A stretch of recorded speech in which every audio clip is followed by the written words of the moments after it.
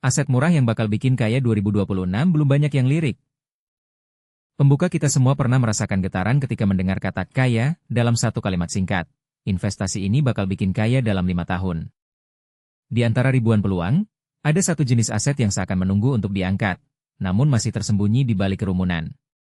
Hari ini saya akan mengajak Anda menelusuri jejak-jejak aset murah yang memiliki potensi pertumbuhan tinggi, yang pada tahun 2026 bisa menjadi mesin penghasil kekayaan bagi mereka yang berani meliriknya. Saya tidak akan mengajak Anda menebak-tebakan semata. Saya akan memberikan kriteria yang jelas, contoh konkret, serta langkah-langkah praktis yang dapat Anda terapkan mulai sekarang. Jadi, tetap di sini, karena apa yang akan Anda dapatkan bukan sekadar teori, melainkan peta jalan yang dapat Anda ikuti. Konteks masalah banyak orang Indonesia berusia 25-45 tahun berada di persimpangan antara pengeluaran harian yang terus naik dan keinginan untuk menyiapkan masa depan yang lebih aman.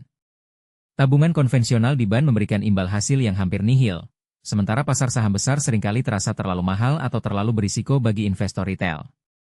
Akibatnya, banyak yang terjebak pada "save play" yang sebenarnya menurunkan daya beli uang mereka. Di sisi lain, cerita tentang orang yang menjadi kaya lewat investasi kripto atau startup sering terdengar, namun kebanyakan orang menganggapnya terlalu spekulatif atau tidak dapat diandalkan. Disinilah terletak jurang antara harapan dan realitas. Banyak peluang yang sebenarnya terjangkau dan berpotensi tinggi, namun belum banyak yang mengamati atau mengerti cara menilai mereka. Akar penyebab-penyebab utama mengapa aset-aset potensial ini masih belum banyak dilirik adalah kurangnya kerangka kerja yang sederhana namun kuat untuk mengidentifikasi apa yang disebut CEOP High Growth Assets. Tanpa kriteria yang terstruktur, investor cenderung terombang-ambing pada hype, rumor, atau sekadar mengikuti tren pasar yang sudah jenuh. Selain itu, ketakutan akan volatilitas dan kurangnya pengetahuan tentang cara menilai fundamental membuat banyak orang menutup pintu pada kelas aset yang sebenarnya masih berada di zona harga terjangkau. Akibatnya, dana yang seharusnya dapat dialokasikan ke peluang dengan upside tinggi malah terperangkap di instrumen berimbal hasil rendah. Kerangka solusi untuk mengatasi kebuntuan ini, saya memperkenalkan sebuah kerangka kerja yang terdiri dari 5 pilar utama. Pertama, valuasi yang masuk akal. Aset harus diperdagangkan di bawah nilai intrinsik yang dapat diukur melalui rasio harga terhadap pendapatan, aset bersih, atau arus kas. Kedua, pertumbuhan fundamental.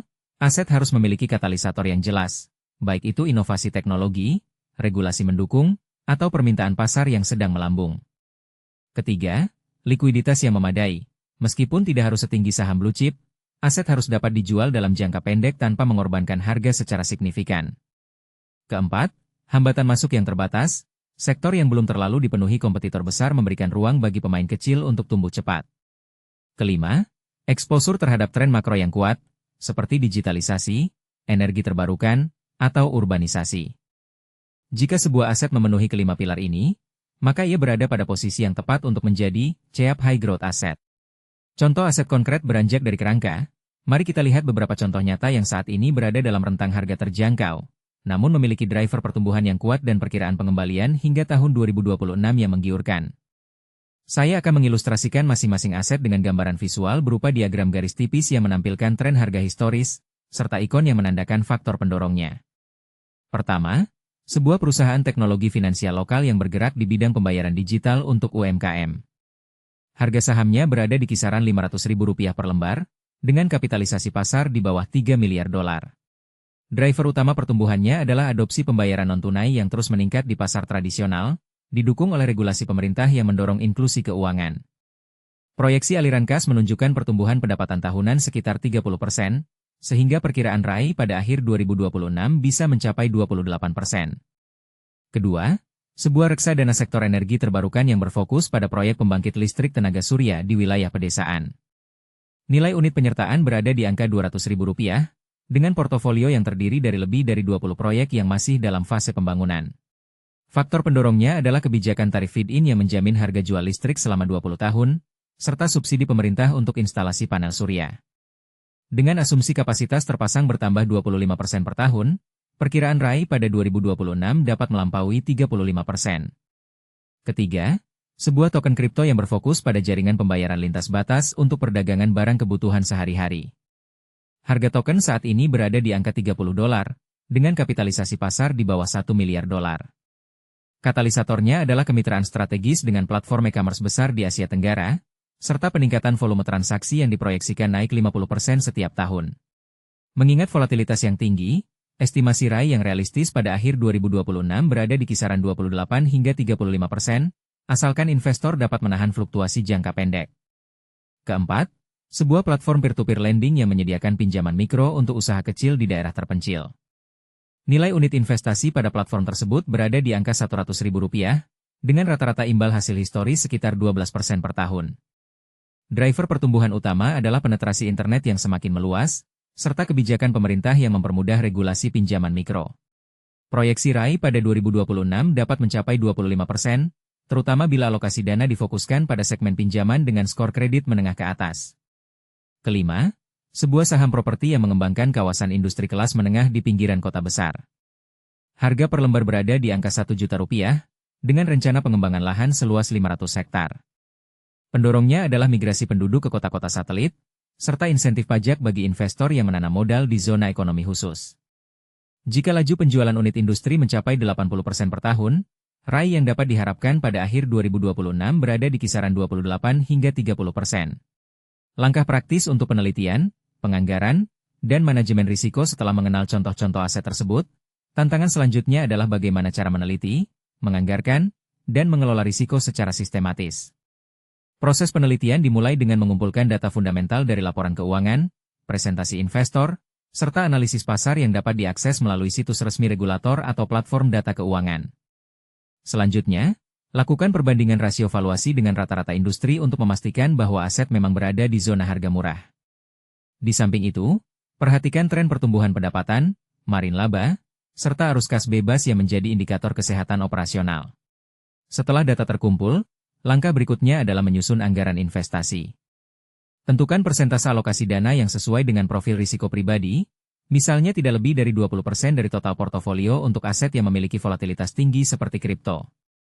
Sisihkan dana cadangan untuk menambah posisi ketika harga turun, sehingga Anda dapat memanfaatkan penurunan harga sebagai peluang beli. Penting juga untuk menetapkan batas kerugian, stop loss, pada tiap posisi. Misalnya menutup posisi jika nilai turun lebih dari 15% dari harga beli, guna melindungi modal utama. Manajemen risiko tidak berhenti pada stop loss.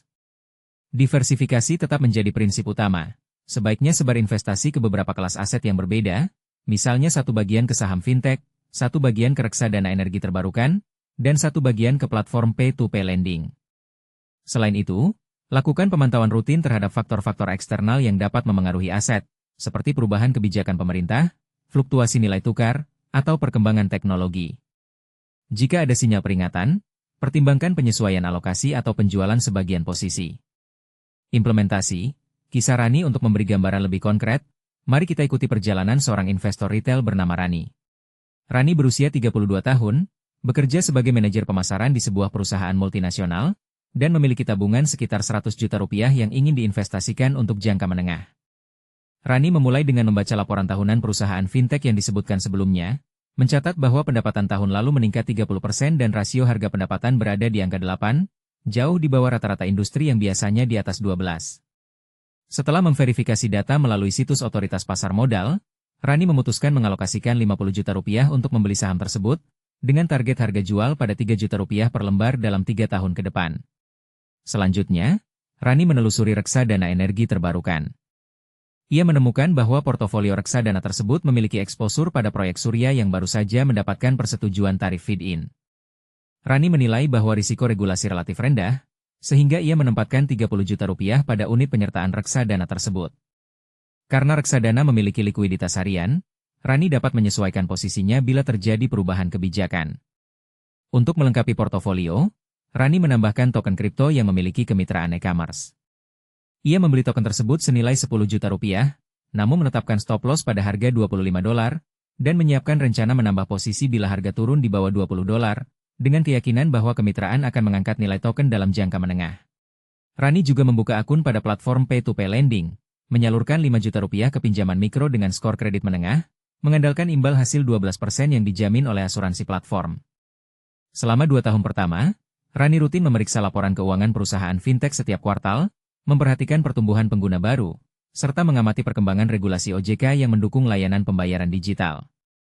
Pada kuartal ketiga tahun kedua, perusahaan mengumumkan peluncuran produk baru yang meningkatkan pendapatan tahunan menjadi 40%.